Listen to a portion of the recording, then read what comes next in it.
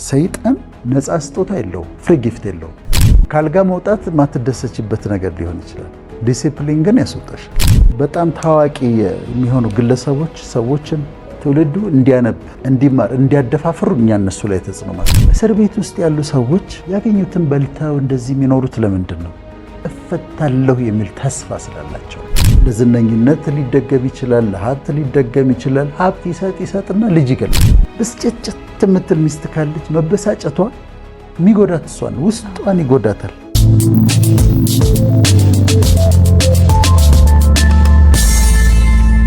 አልጋሽ ውስጥ ሆነሽ ይሞቃል፣ ኮምፎርታብል ነው፣ ደስ ይላል አይደለም እንዴ? አዎ። እንዴት ነው የምትወጪው? ካልጋ መውጣት ማትደሰችበት ነገር ሊሆን ይችላል። ዲሲፕሊን ግን ያስወጣሻል። እኔ በየቀኑ ጠዋት ከቀዝቃዛ ሻወር ወስዳለሁ። ግን አሁን ሻወሩን ልወስድ ስል ዋው በጣም ደስ ይላል ቀዝቃዛ ሻወር ልወስድ ነው ብዬ አይደለም የምወስደው።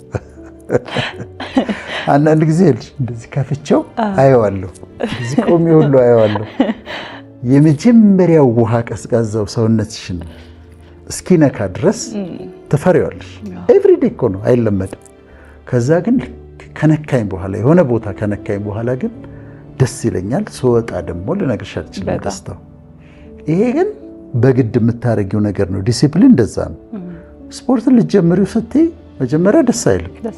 በትክክል ነው የምትሄጂው። ከሰራሽ በኋላ ግን በጣም ደስታ አለው። ስለዚህ ስንፍናን ማስወገድ፣ ራስሽን የምታስገድጃቸው ቦታዎች አሉ፣ እነሱን ታስገድጃለሽ። እኔ ክብደት ያውን በጣም ጥሩ ነው። ለቁመቴ ፐርፌክት ክብደት ላይ ነው ያለሁት። በሳይንቲፊክ ትክክለኛ ክብደት ላይ ነው ያለሁት። ማለት 72 73 ምናምን ኪሎ ላይ ነው ያለሁት እና ለእኔ በጣም ጥሩ ክብደት ላይ ነው ያለሁት። ክብደት የሚጨምሩብኝ ምግቦች አሉ። 2 ቀን 3 ቀን ደጋግሜ ከበላኋቸው ምንድን ነው የማደርገው? እንደዚህ ይቀርባል፣ አየዋለሁ፣ መብላት ፈልጌያለሁ። አዎ በጣም ቴምፕቴሽን አለ እኮ እንትኑ ይፈትንሻል። ግን አልበላም። አንዳንዴ እንትን ምንም አይደለም እኮ አንዳንዴ ተፈትኖ እኔም ተፈትኜ ወድቃለሁ። አንዳንዴ አይ ዛሬስ እንደው ብዬ እንትን የምበላበት ጊዜ አለ። በተለይ ቺዝ ኬክ እወዳለሁና እሱ መጥቶ በጣም ቸገራለሁ።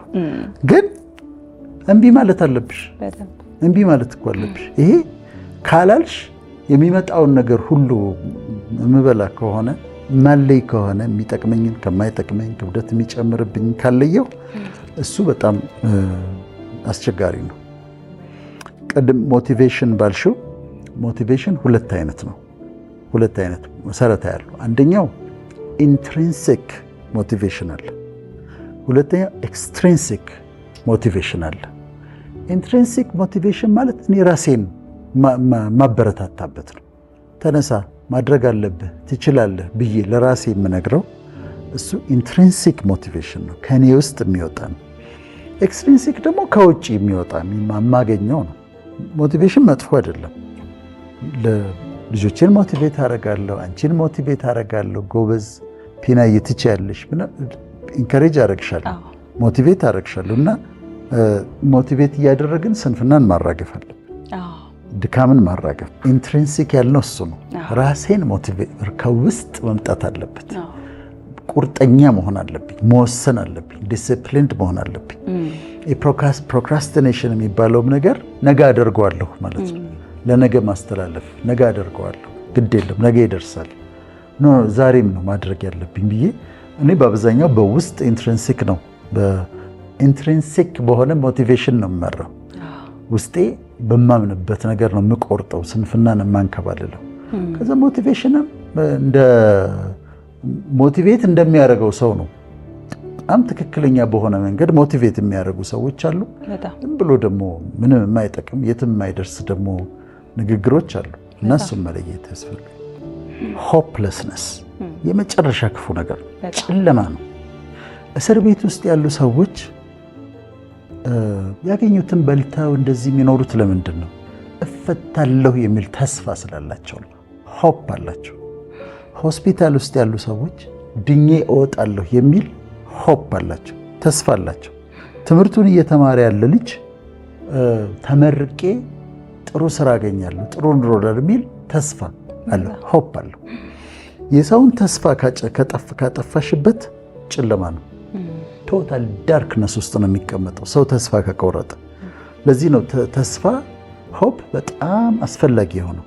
ሆፕለስነስ የሆነ ሰው ተስፋውን አሟጦ የጨረሰ ሰው የጠፋበት ሰው ዳርክነስ ድቅድቅ ያለ ጨለማ ውስጥ ነው የሚቀመጠው። ለዚህ ነው ራስን ወደ ማጥፋት እንደዚህ የሚካሄደው እና ይሄ በጣም አስፈላጊ ነው። በምድር ላይ ተስፋ ካጣን ያው ሁላችንም በፈጣሪ ስለምናምን ተስፋችንን በሱ ላይ ማድረግ እንችላለን። ዳዊት ይላል አሁንስ ተስፋዬ ማን ነው? እግዚአብሔር አይደለምን ይላል። ሁሌ ያለ ስለሆነ ፈጣሪ ሁሌ ተስፋሽን በሱ ላይ ካደረግሽ ከሌ ተስፋ ሊያስቆርጠኝ ይችላል። ከሊተ ቃል የገባችውን አላደረገችም። በቤተሰቤ ተስፋ ልቆርጥ እችላለሁ። በማህበረሰብ ተስፋ ልቆርጥ እችላለሁ። በፈጣሪ ግን ተስፋ ካለኝ አሁንስ ተስፋዬ ማን ነው? እግዚአብሔር አይደለምን ብለሽ ተስፋሽን በሱ ላይ ታደርጊያለሽ። እና ተስፋ ልንንከባከበው የሚገባ ብርሃን ነው።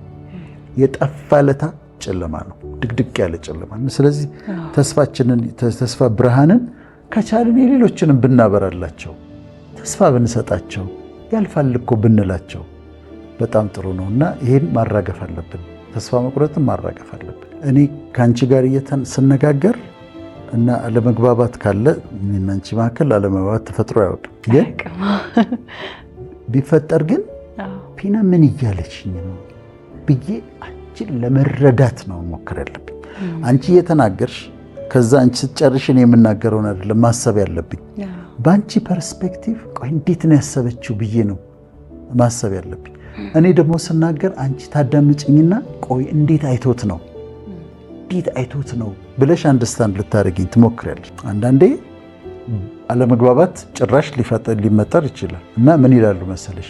ኦኬ ዊ አግሪ ቱ ዲስአግሪ ይላሉ። ዊ አግሪ ቱ ዲስአግሪ። አልተስማማንም እዚህ ጉዳይ ላይ ግን ባለመግባባታችን ግን እንግባባ፣ ባለመስማማታችን እንስማማ። እኔና አንቺ ሌትስ አግሪ ቱ ዲስአግሪ። ምክንያቱም የተለያዩ ሀሳቦች ነው ያሉን። የኔ ሀሳብ አንቺን አላሸነፈሽም፣ የአንቺ ሀሳብ እኔን አላሸነፈ። ሌትስ አግሪ ቱ ዲስአግሪ ይባላል እና እሱም አንድ ነገር ነው።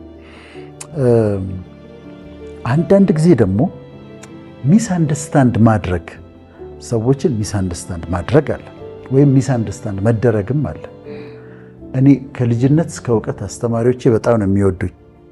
አንድ ጊዜ ግን አይ ቲንክ ሜዲካል ስኩል 3ኛ ዓመት ነው 4ኛ ዓመት ሆኜ አንድ አስተማሪ የውስጥ ደዌ ሕክምና አስተማሪ ናቸው፣ ኒውሮሎጂ ምናምን መሰለኝ።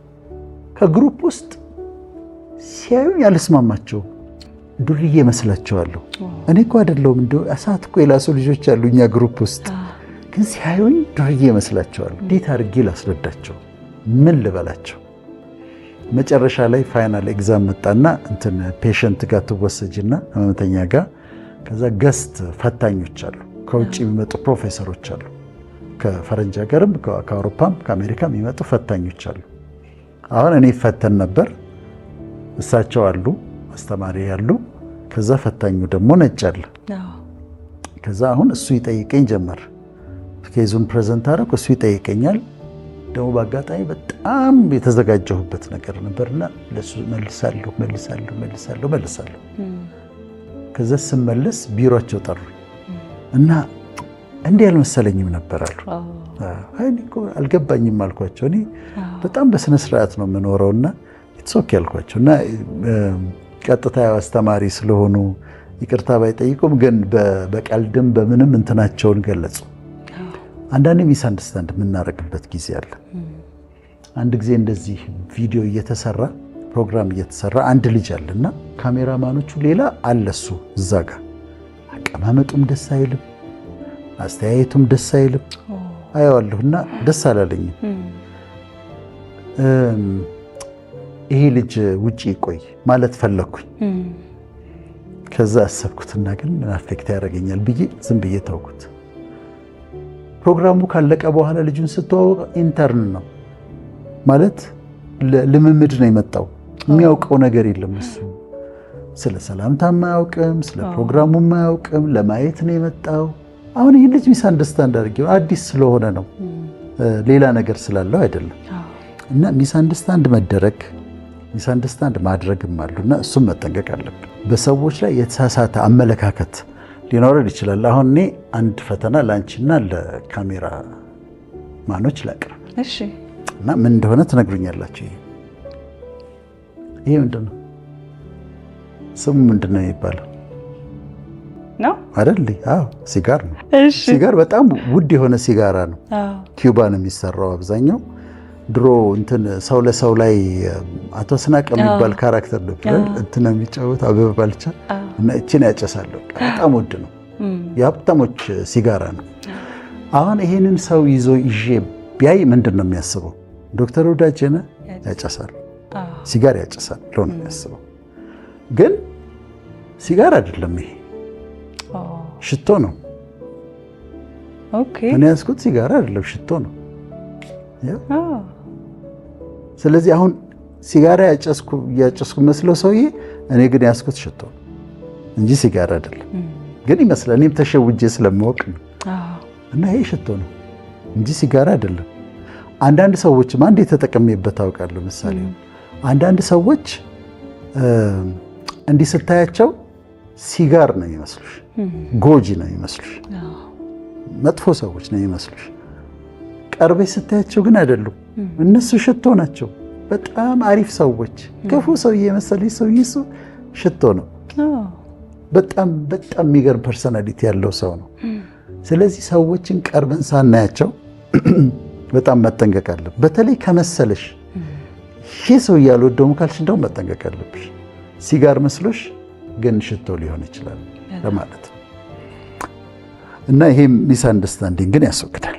ይሄ ትውልዱ መካከል የሚያሳስበኝ ነገር ነው። እውቀት ጠል ትውልድ እንዳናፈራ፣ ማንበብ የጠላ ትውልድ፣ የሚጠቅሙ ነገሮችን የማያይ። አሁን ዩቲዩብ ላይ ስቴጅ የሚጠቅም ነገር ከሆነ ቪው ስንት ነው? 2000 3000 ብሎ ወሬ ከሆነስ 400,000። እና አሁን ምንድን ነው የሚያሳየኝ? እውቀት ጠል ትውልድ እያፈራን ነው ወይ የሚል ነገር ያስፈራኛል። ውጭ አሁን ልጆች ያገኛለሁና ለምን እማራለሁ ይሉኛል። ኮሌጅ ገብታለሁ ስለ ለምን የሆነ ነገር ዩቲዩብ ላይ ምናምን እንትን ብዬ ስራ መስራት እችላለሁ፣ ስለዚህ አልፈልግም መማር የሚሉ አሉ። ስለዚህ ይሄም በጣም ታዋቂ የሚሆኑ ግለሰቦች ሰዎችን ቲክቶከሮች ይሁኑ ዩቲዩበርስ ይሁኑ ፌስቡክ ላይ ያሉ ሰዎችን ትውልዱ እንዲያነብ፣ እንዲማር፣ እንዲያደፋፍሩ እኛ እነሱ ላይ ተጽዕኖ ማሳደር አለብን።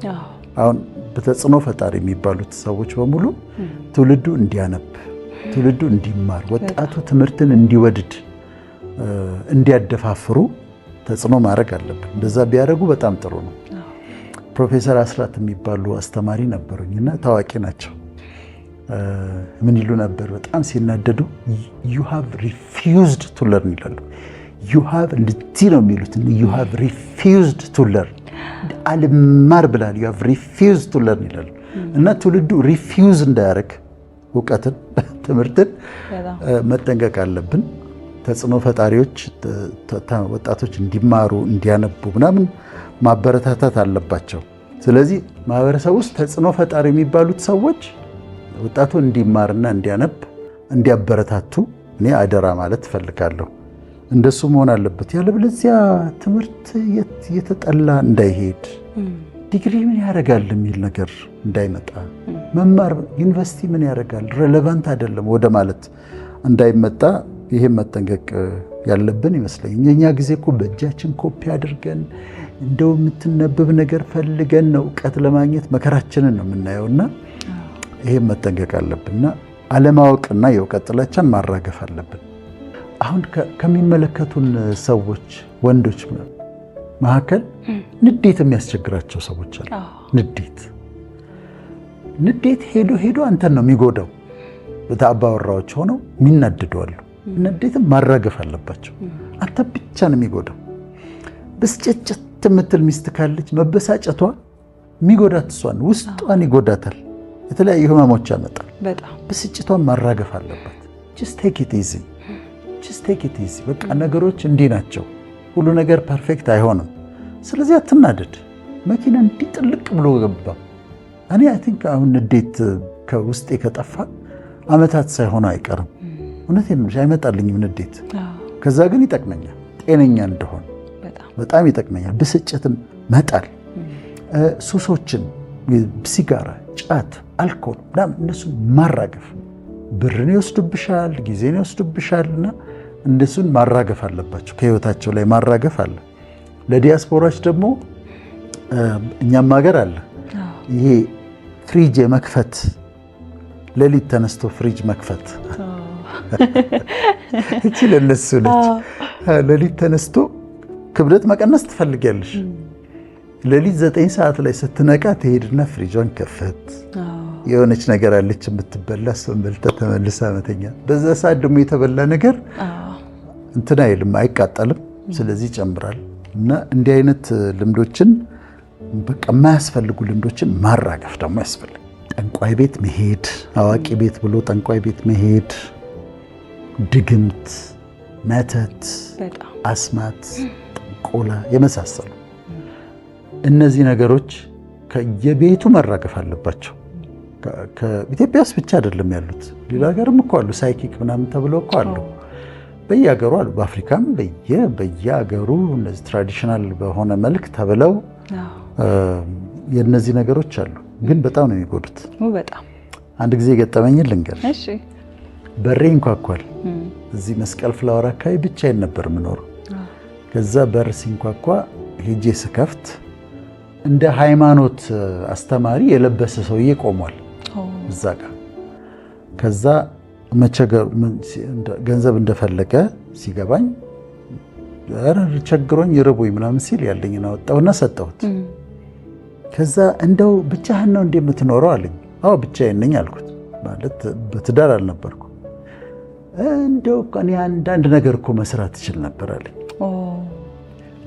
ምን ትሰራለህ አልኩት። መስተፋቅር እኮ መስራት እችላለሁ አለ። መስተፋቅር? አዎ። ምን ያደርጋል መስተፋቅር አልኩት። አንዳንድ ወንዶች አይተሃል አለኝ። ምንም ሳይኖራቸው እንደ መልከ መልካምም ሳይሆኑ ምንም ሳይኖራቸው ሴቶች እንደዚህ የሚከተሏቸው ወንዶች አይተሃል አለኝ። አንዳንዶቹ እኮ የሰራንላቸው ናቸው አለ። እና ምን ያደርጋል መስተፋቅሩ አልኩት። በቃ ሴቶቹ በሰልፍ ይመጣሉ አለኝ።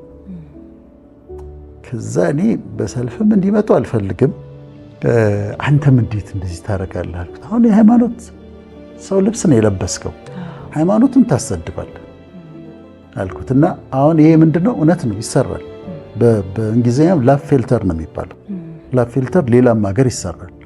ማለት ወይ የምትጠጪው ነገር ውስጥ የሆነ ነገር አድርጋለሁ አንቺ ወደ እኔ እንድትሆኚ፣ ወይ ከፀጉርሽ ላይ አንድ ነገር ይወሰድና የሆነ ነገር ይሰራል፣ ወይም ደግሞ ወንዱ ያሰራል። እንደዛ አይነት ነገር መስተፋቅር የሚባለው ላቭ ፊልተር የሚባለውን ያሰራል።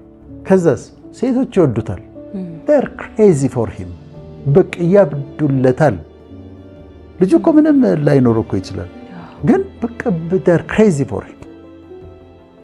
አንዳንድ ጊዜ እንደዛ ይሆናል። ሴቷም ደግሞ እንደዛ ልታሰራ ትችላለች። በቃ ወንዶች ይከተሏታል፣ ይጋደሉባታል። የሀገር ቆንጆ ባለበት እሷ ላይ ይጋደላሉ። እና እንዲህ አይነት ነገሮች በኋላ ግን ሄዶ ግን ይጎዳል በጣም። ሰይጣን ነፃ ስጦታ የለውም፣ ፍሪ ጊፍት የለውም። የሆነ ነገር ያደርጋል። ይሄ ሪያሊቲ ስለሆነ ነው። አሁን መንፈሳዊውንም ነገር እኔ ስለማውቅ ነው። በደንብ አውቀዋለሁ፣ ዲፕ አውቀዋለሁ ስፒሪቹዋሉን ዓለም። ስለዚህ መንፈሳዊውም ዓለም ውስጥ ያሉ ነገሮች አሉ እና ሰይጣን ነፃ ስጦታ የለውም። ለዝነኝነት ሊደገም ይችላል፣ ለሀብት ሊደገም ይችላል። ሀብት ይሰጥና ልጅ ይገላል። ገብቶሻል? ሀብት ይሰጣቸዋል፣ ከዛ ግን አንዱ ልጃቸውን ይገላል። መስተፋቅር አሰርቶ እውነት ነው ሴቶቹ ተከተሉት ምናምን፣ ከፈለጋት ሴት ጋር ተኛ፣ በወጣትነቱ ይሞታል። ምን ጥቅም አለው ይሄ? ምን ጥቅም ለሷስ ምን ጥቅም አለው? እና ይሄ ቅድም ያልነው ነገር ነው። ቅድም ጳውሎስ እባቡን አራገፈው እንደተባለ ማንኛው ዲሞኒክ የሆነ ከእግዚአብሔር መንፈስ ውጪ የሆነ በየሃይማኖቱ ከእግዚአብሔር መንፈስ ውጪ የሚሰሩ ሰዎች አሉ። ሁሉም ሃይማኖት ውስጥ ከእግዚአብሔር መንፈስ ያልሆነ ከአጋንንታዊ ልምድ ያላቸው እያንዳንዱ ውስጥ አለ። እሱን ማራገፍ ያስፈልጋል። ቤተሰብ ውስጥ ይሄ አዋቂ ጥንቆላ ምናምን የቤተሰብ ምናምን ካለ ልክ እንዲህ እባቡ እንዳራገፈው ወደ እሳቱ መራገፍ አለበት ከህይወታቸው። ለልጆቻቸው መከራ ነው የሚያስቀምጡት። ለሀብትም ይሁን ለዝናም ይሁን ወይ ከሌን ጉዳልኝ ብለው የሚሄዱባቸው ቦታዎች ነገ እነሱን ነው የሚጎዳው። ስለዚህ ማራገፍ ከእግዚአብሔር ጋር ቆሎ መብላት ይሻላል።